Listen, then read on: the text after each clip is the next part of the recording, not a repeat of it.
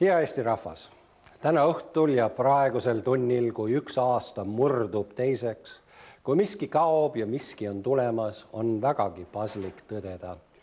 Nüüd, oma uue vabaduse 20. aastal, oleme tõesti saanud täiskasvanuks. Eelkõige suhtes sellega, mis meid ümbritseb.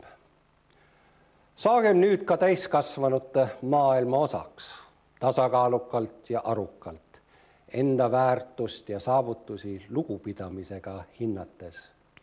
Mõiskem, et meie vabadus, see valgemast valge laev, mida ootasime nood samad 700 ja pärast veel 50 aastat, on ka vabadus minna, vabalt minna kuhu tahes. Meie pole süüdi selles, et oleme vabad. Ei tohi uskuda seda orjameelset kibedust, et vabadus on teinud meid vaeseks. Kui oleme vabad minema ja tulema.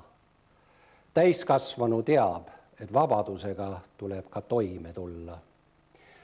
See teadmine väljendub ka tõdemuses, et me tõesti oleme miskiga koguni paremini toime tulnud kui üldiselt.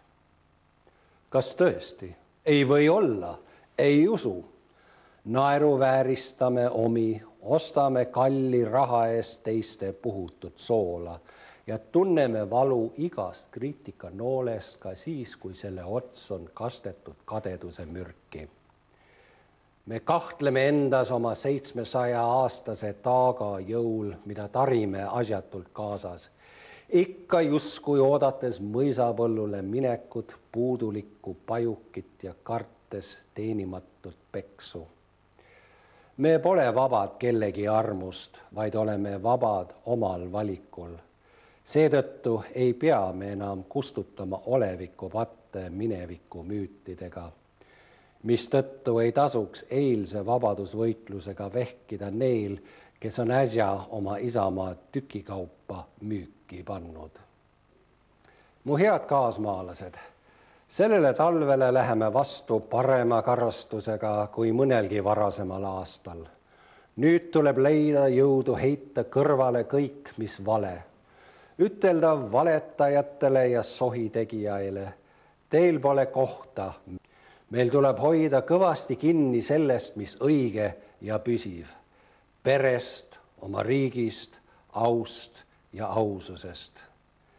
Ja võtta ometi omaks, et oleme senini toimetanud hästi. Ei, esmajärjekorras mitte meie valitud valitsejad, vaid meie ise, sest me oleme neid valinud. See annab meile moraalse õiguse mõista hukka need, keda oleme valinud meie endi väärtuste hoidjaks, kuid kes on hakanud seda pidama oma isiklikuks vääringuks. Enamgi veel, kel on ülbust meie ühist väärtust enda kasuks müüa. Riigi peamine ülesanne on ju tagada, et meie kõikide elus kogutud väärtus säiliks ja kasvaks. Head sõbrad, kuidas minna vastu uuele ja tundmatule? Olukorras, kus me ei tea, kas me ihaldatud Euroopa toob meile lunastust või seekord pigem vaeva. Minu arvates võiksime täiskasvanud inimese meelerahuga toetuda mõistusele, rahvana ka oma kogemustele ja panna lõpuks käest oma lapsepõlve lelud. Lõpetada kurtmine, et maailm meid ei mõista, jätta jonnakad õigustused, et teised teevad ka, kui oleme teinud midagi valesti.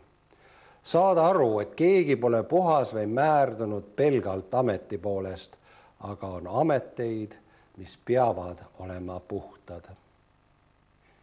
Meie enda käes on võimalus oma elu paremaks muuta, sest me seisame tegelikult kindlal pinnal.